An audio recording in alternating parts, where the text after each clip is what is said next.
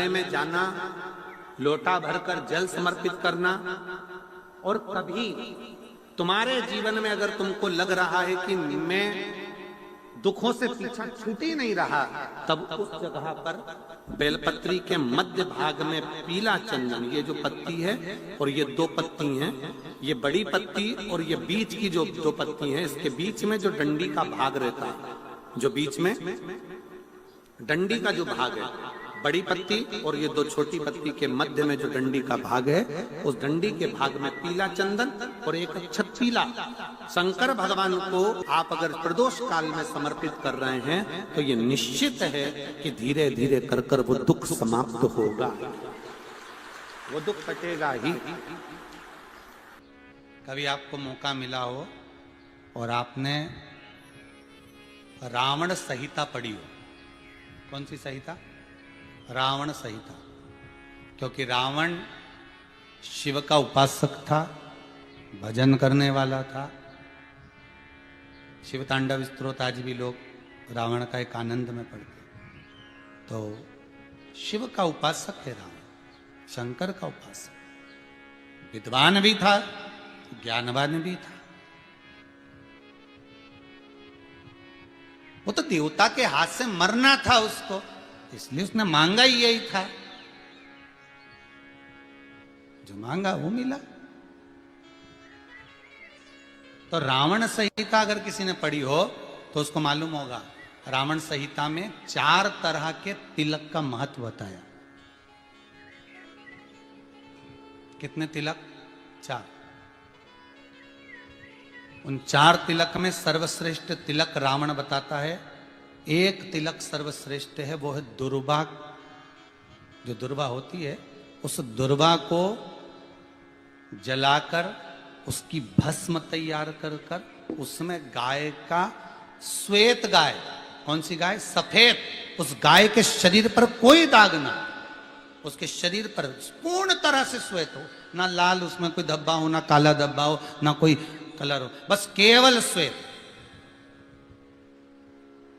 रावण संहिता में 4 तरह के तिलक का प्रमाण दिया, तो एक तिलक रावण संहिता में वर्णन आया, एक तिलक का जो व्याख्यान वर्णन किया गया, उसमें दुर्वा को जलाकर राख कर कर भस्म बनाकर उसमें गाय का घी, देसी गाय का घी मिलाकर और उसका बिंदी, उसका तिलक मस्तक पर लगाकर या नैनों में सुरमा लगाकर जो व्यक्ति जिस किसी से मिले वो उसका हो जाता। उस दुर्वा में इतना प्रबलता आ जाती है, अमृत तत्व जुड़ा हुआ है दुर्वा के।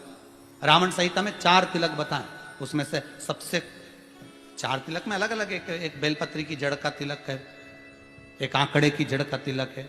रावण संहिता में 4 तिलकों का वर्णन है, उसमें मुख्य है सबसे ज्यादा।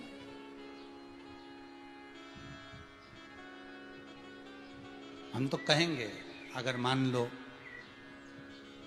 वैसे तो नौकरी करने जाओ, सर्विस करने जाओ तो आंख में काजल लगा कर जा नहीं सकते, नहीं तो लोग ही कह देंगे कहाँ से आया है। मालूम पड़े तुम नौकरी के लिए इंटरव्यू देने जाओ और आंखों में काजल लगा के चले जाओ, तो फिर भी एक प्रयास करना, फिर भी एक प्रयास करना, उस दुर्वा का जो काजल बनाओ, मूछे हो, दाढ़ी हो, कहीं कहीं पर भी उसकी एक बिंदी लगाकर चले जाओ, वो असर करेगी और आपको वो जॉब मिल ही जाएगा, ये पक्का है। उसमें आकर्षण होता है, दुर्वा आकर्षण का केंद्र करती है। आपको कभी आपके नयनों में दर्द हो रहा हो, जलन हो रही हो, तो आप दुर्वा, हरी भरी जहाँ दुर्वा हो, वहां थोड़ी देर चलने का प्रयास करिएगा, आपके नेत्रों का विकार समाप्त हो जाएगा। दुर्वा में वो एक सुख है, वो अमृत छुपा हुआ, और एक बार का अमृत नहीं, 5 बार का अमृत दुर्वा के अंदर।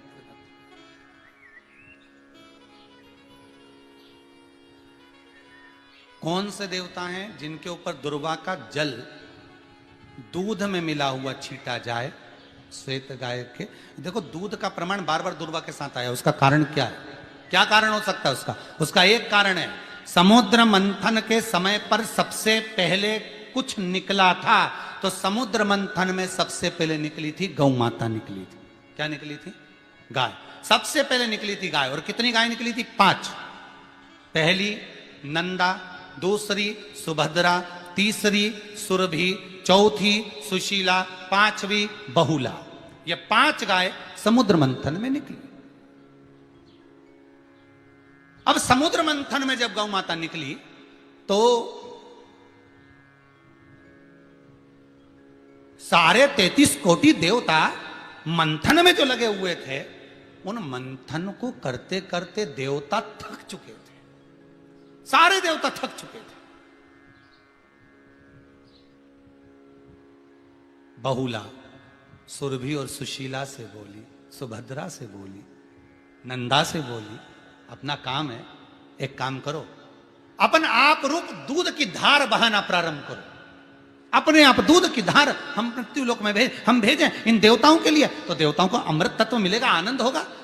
और गौ माता ने ऊपर खड़े होकर जो दूध बहाना प्रारंभ करा, वो देवताओं के मुख में आधा तो गया और आधा दूध समुद्र पर जब गिरा, और जो मंथन चल रहा था उस मंथन के चलते, कभी दूध का दही का मंथन करना तो क्या निकल कर आएगा, मक्खन आ जाएगा। वो मक्खन तेड़ता हुआ समुद्र की लहर से दुर्वा पर जा पड़ा। इसलिए आज भी दुर्वा के साथ में गौ माता के दूध का बड़ा प्रमाण है।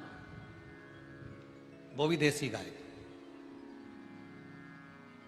जर्सी नहीं, विदेशी नहीं, देसी गाय। और देसी गाय का दूध का बड़ा बड़ा प्रमाण है साहब। हम कई बार कथाओं में कहते हैं, जैसा खाया अन्न, बोलते जाओ, वैसा हो गया मन। जैसा पिया पानी, वैसी हो गई वाणी।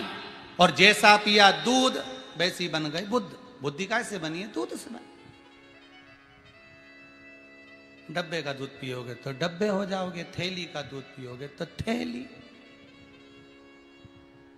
बोतल का दूध पियोगे तो बोतल।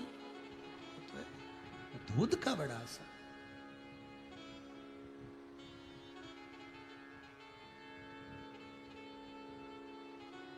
गौ माता के दूध का पान। कहा, एक पात्र में जल और दूध ले लीजिए, शुक्रवार का दिन।